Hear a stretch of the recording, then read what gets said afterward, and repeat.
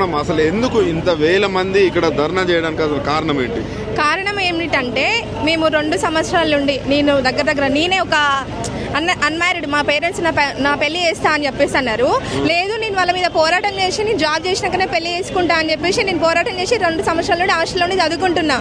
వాళ్ళు అడిగితే ఇప్పుడు నన్ను క్వశ్చన్ చేస్తే ఏది నీ జాబ్ ఏది అని క్వశ్చన్ చేస్తే నేను వాళ్ళకి నేను ఏం సమాధానం చెప్పాలి నా పేరెంట్స్ కి? అంటే ఇప్పుడు కాంగ్రెస్ ప్రభుత్వం వచ్చిన తర్వాత మీకు 2 లక్షల ఉద్యోగాలు కూడా మేము ఇచ్చేసినామని రేవంత్ రెడ్డి ఆయన మొత్తం వాళ్ళ పార్టీ అధికారిక మీటింగ్స్ కావచ్చు అలా కావచ్చు చెప్తా ఉన్నాడు.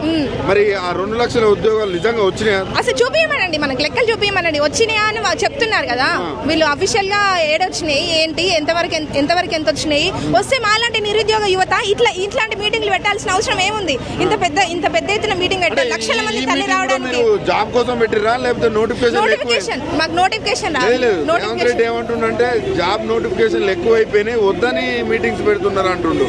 మీరు వద్దని పెడుతున్నారా లేకపోతే జాబ్ కావాలని పెట్టేది ఉంటే మనం ఇంత ఎత్తున మా టైం ఎందుకు వేస్ట్ చేసుకుంటాము? మేము గవర్నమెంట్ టైం ఎందుకు వేస్ట్ చేస్తాము? ఈ టైం అయితే వేస్ట్ చేయం కదా వద్దని పెట్టే వాళ్ళం అయితే. వద్దాం అని అనుకునే వాళ్ళం అయితే మా ప్రాంతాలలో మేము ఉండేటోళ్ళం, మా హాస్టల్లో మేము ఉండేటోళ్ళం, మా స్టడీ హాల్లో మేము ఉండేటోళ్ళం. వద్దని చెప్పడానికి ఈ నిరసనలు ఎందుకు? ఇలాంటి పోరాటాలు ఎందుకు? ఇలాంటి ఇంతమందిని ఈ వెయిటింగ్ ఎందుకు?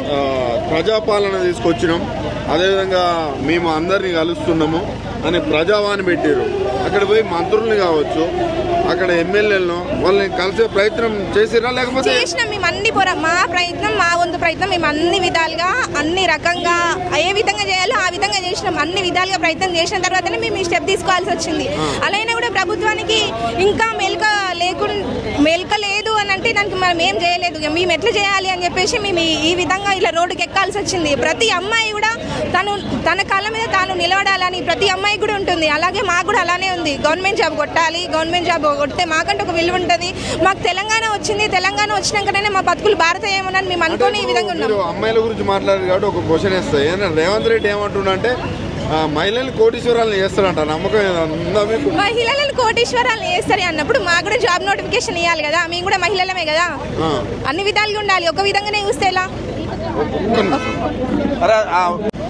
అంటే మీరు ప్రధానంగా ఏదైతే యువత ఉన్నారో మార్పు కావాలనుకున్నారు, కాంగ్రెస్ రావాలనుకున్నారు.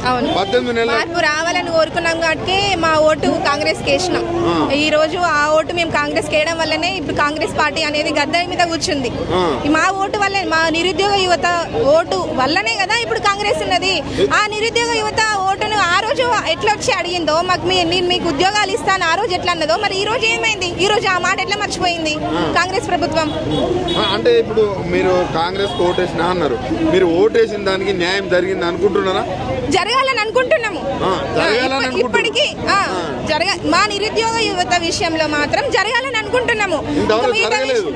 నోటిఫికేషన్ వేస్తే కదా మాకు జరిగేది. నెక్స్ట్ ఎన్నికలు రాబోతున్నాయి, నెక్స్ట్ స్థానిక సంస్థల ఎన్నికలు కూడా రాబోతున్నాయి. మళ్ళీ కాంగ్రెస్ ఓటేసే పరిస్థితి ఉందా? మాకు ఎప్పుడైతే మాకు న్యాయం జరుగుతుందో, న్యాయం జరిగితే మేము ఎప్పుడైనా మంచి ప్రభుత్వాన్ని కోరుకోవాలనే చూస్తాం. పరిస్థితులు ఇదే సిచ్యువేషన్ ఉంటే కాంగ్రెస్ ప్రభుత్వం జాబ్ క్యాలెండర్ వేస్తాము అని చెప్పేసి మనకు లడ్డు ఆశ చూపించడమే ఉంది తప్ప మేము వేస్తాము అనేది వాళ్ళు క్యాలెండర్ రిలీజ్ చేసేది లేదు, నోటిఫికేషన్ విడుదల చేసేది లేదు, మాకు వస్తుంది అనే నమ్మకం వచ్చేది లేదు. వస్తుంది అని చెప్తున్నారు. అది ఎప్పుడు వస్తుంది ఏంటి అనేది ప్రభుత్వాన్ని గట్టిగా డిమాండ్ చేసి అడుగుతున్నాము. మా నిరుద్యోగ యువతతో మాత్రం ఆడుకోకండి ప్లీజ్.